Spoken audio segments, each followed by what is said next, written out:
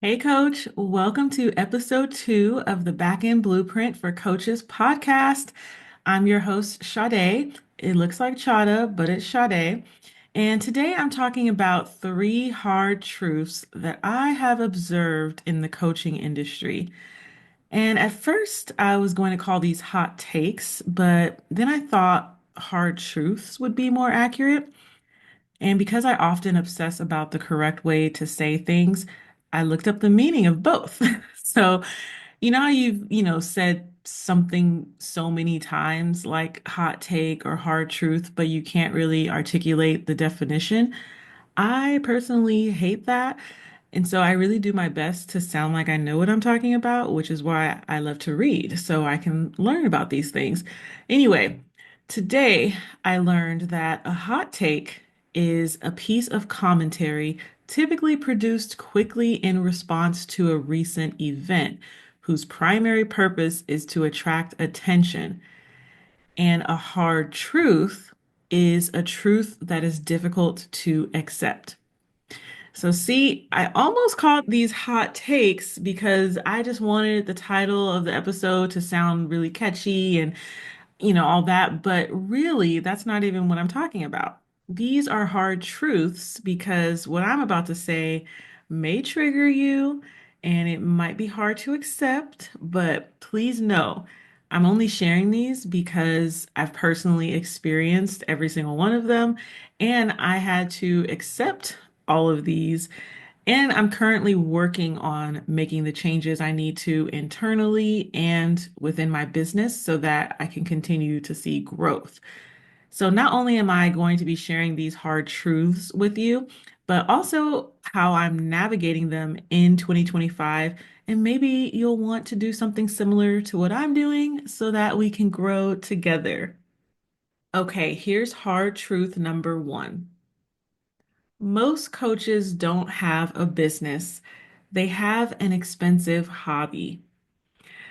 I've said this many times in the past. You may have heard me say it during one of my lives because even though I talk a lot about the tech for your coaching business, the underlying reason I'm teaching these things is because I want you to make money.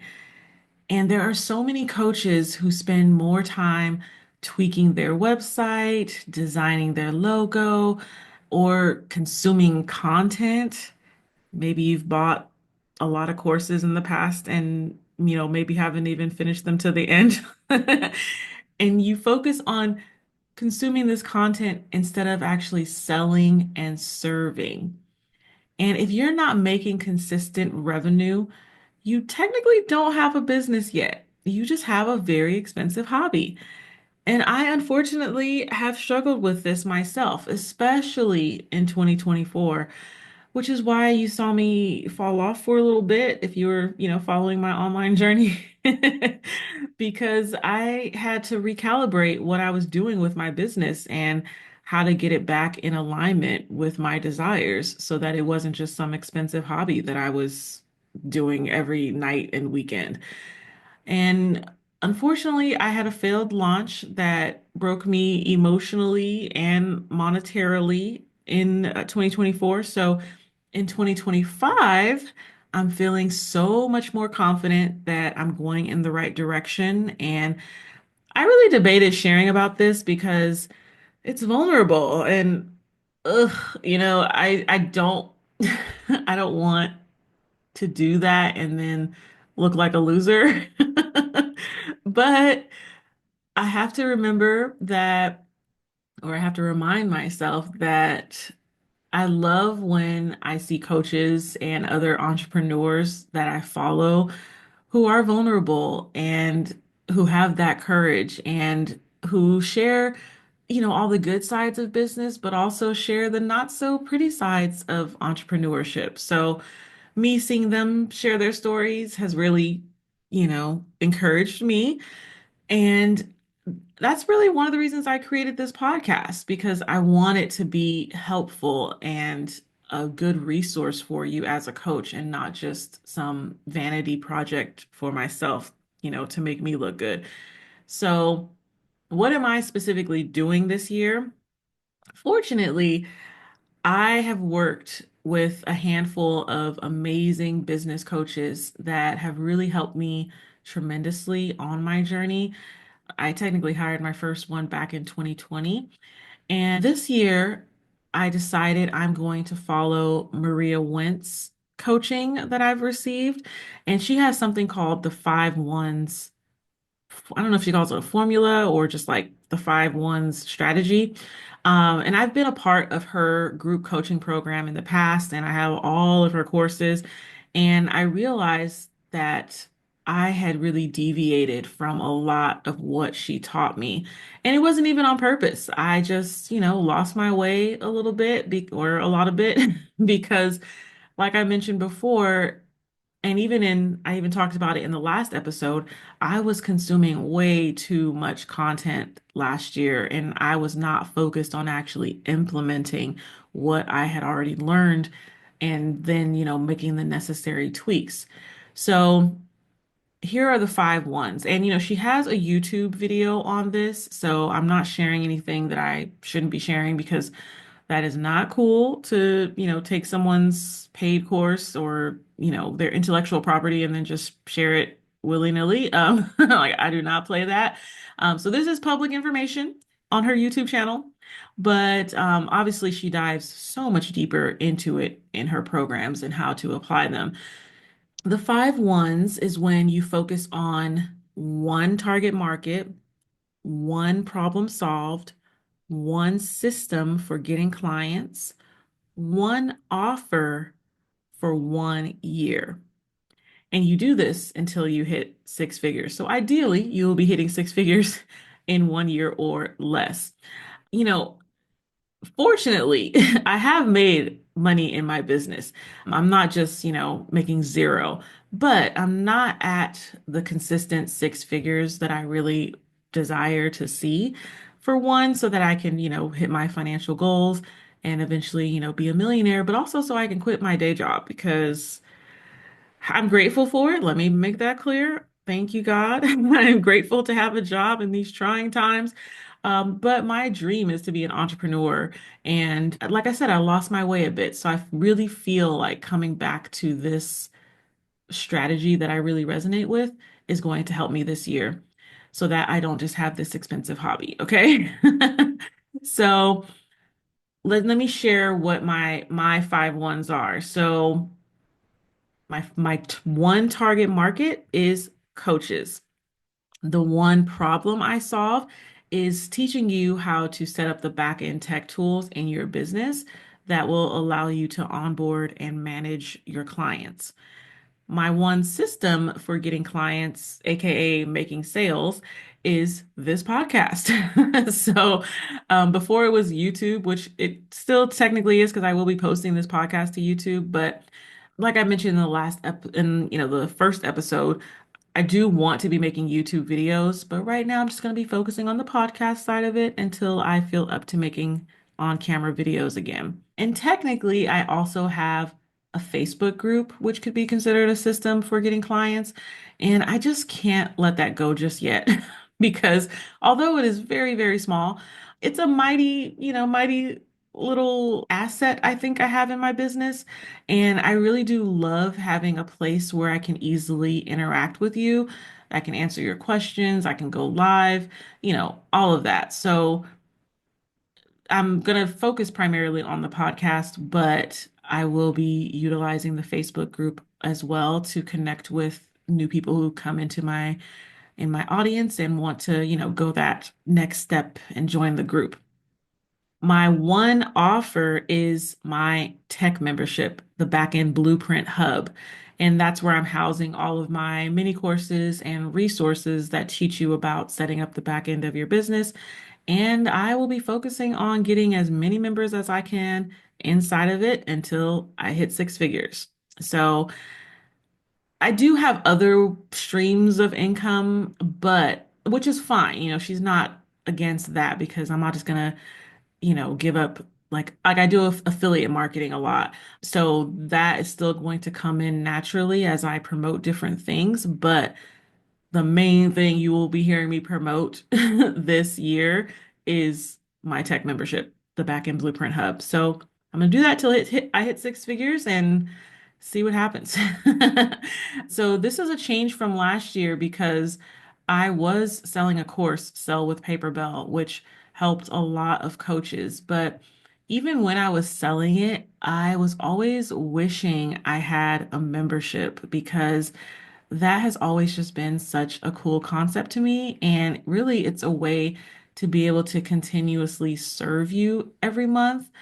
But I had so many limiting beliefs about whether I could actually grow it to six figures because, a membership is technically cheaper than a course. And I just wasn't able to see or believe that I could achieve those numbers, with such a small audience. So it seemed really daunting, and honestly, it still does. But because I was not in alignment with the course offer and the pricing that I had, it just wasn't making enough money. And like I said, my last launch proved that it was not my best launch. So it was just so clear that I needed to make this shift, even though it feels scary and feels like starting over, really. And technically, I'm still offering my Paper Bell course. I've just pared it down a lot into a mini course called the Paper Bell Roadmap, and inside the membership along with other resources.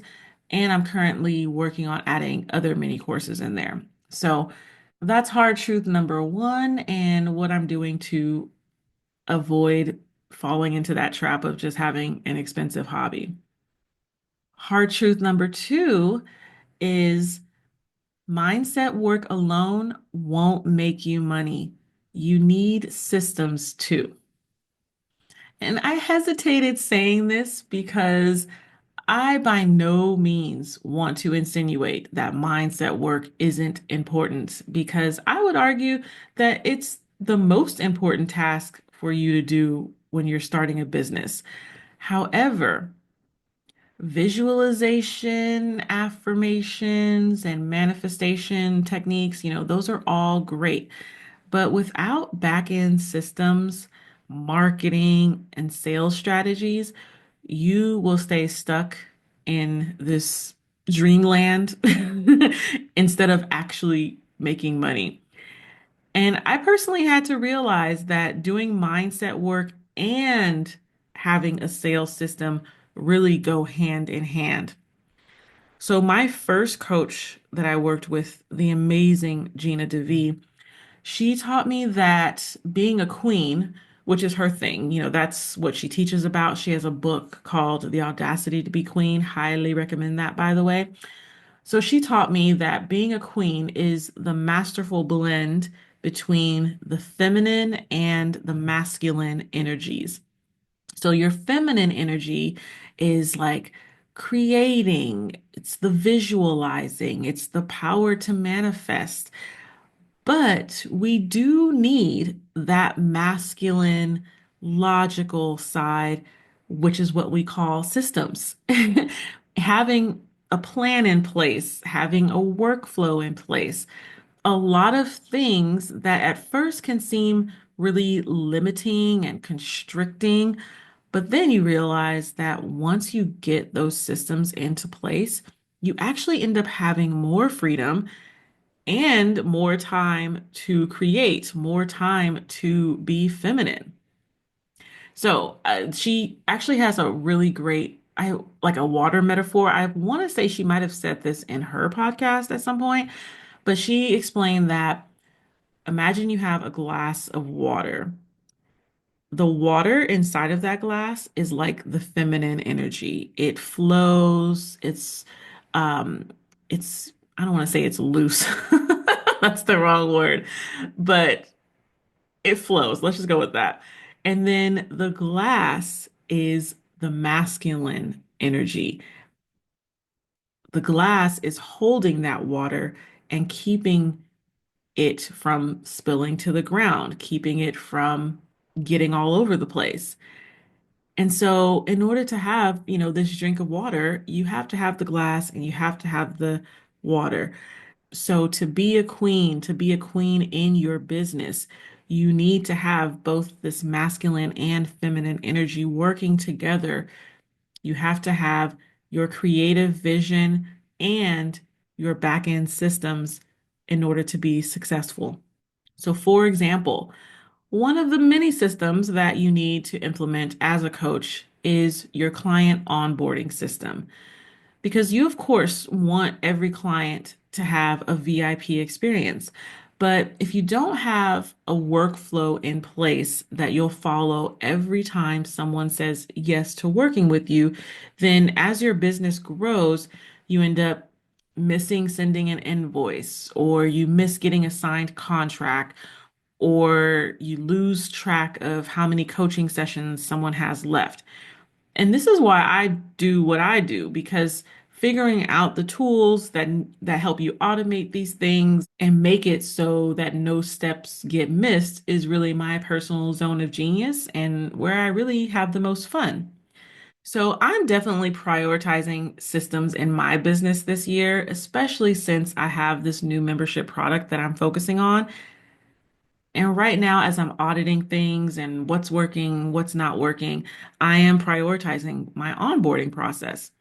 It's so much different from, working one-on-one with a client. So I have to figure out, okay, how can I make this still feel personal? How can I make this feel seamless? How can I make it easier for me on the back end when I get emails with questions, things like that. So the membership is a new territory for me. So there are so many automations that I haven't set up yet.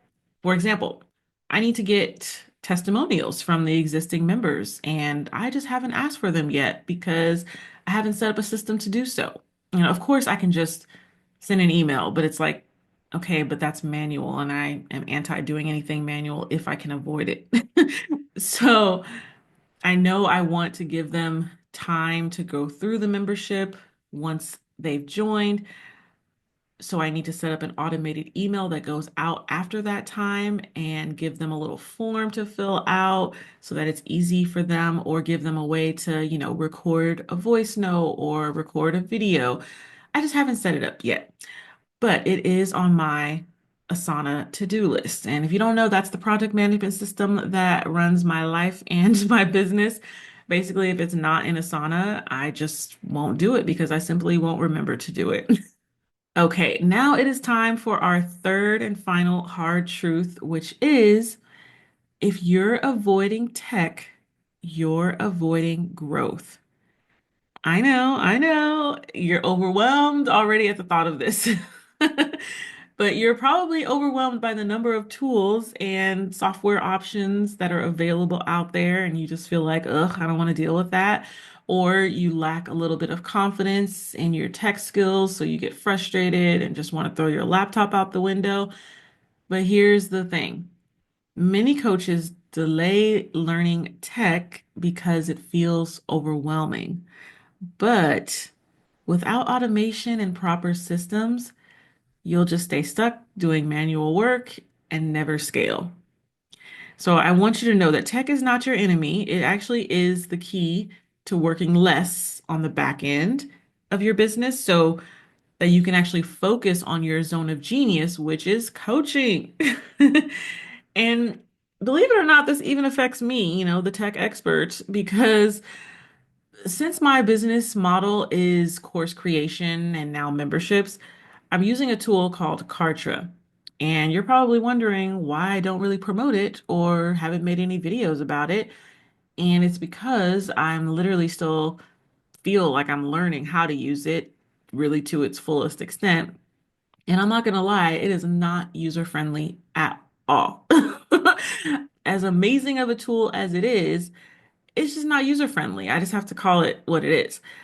And I spent over $1,000 on a course on how to get it all set up. And it was worth every penny because I literally wanted to give up at one point, but the course really made it so much simpler. So even recently, they actually pissed me off because they made an update, which is, of course, supposed to be great and all that, but they changed where a lot of things are. And when you finally get used to something and then they just go and change it overnight, you're just like, why, God, why? And so I just wanted to cry. But anyway, as dramatic as I'm making this sound, I actually do like it. And I know that it's the right tool for me and for my goals right now. And here's how I know. First of all, I get compliments all the time on my course that I used to sell, as well as the membership that I've created. I get compliments from the coaches who join because they love how it looks when they log in and how I've organized everything. So, for one, even though it might be a not user friendly on my side, I know that it's user friendly on the customer side. So that's what's really important to me.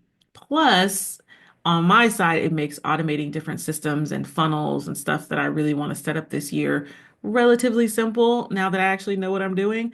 So I'm not giving it up. I'm not giving up on it. And I don't want you to give up on whatever tool you have decided to use. Okay.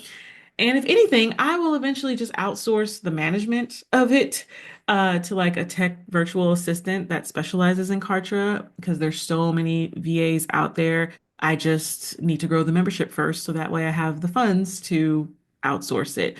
It's on my Asana list to do. It's just going to take a little time. So, the point of this third hard truth is that, like I said, I want you to stop seeing tech as the enemy and instead see it as your business partner that's working 24/7 to support you. Those are my three hard truths about the coaching industry that no one wants to say, but I just did. So, do any of those resonate with you? What will you be doing differently this year? Please go to my Facebook group called Automated and Abundant Coaches and make a post letting me know. And if you're looking for some guidance on getting the back end of your coaching business set up, consider joining my tech membership, the Backend Blueprint Hub. Inside, you'll find my Paper Bell mini course, the Systems That Sell 3-day challenge, the coaching packages and pricing planner, and a bunch more. And it's currently all just for $7 per month. So you can click the link in the show notes to join. Thanks for listening, and I will talk to you soon. Bye.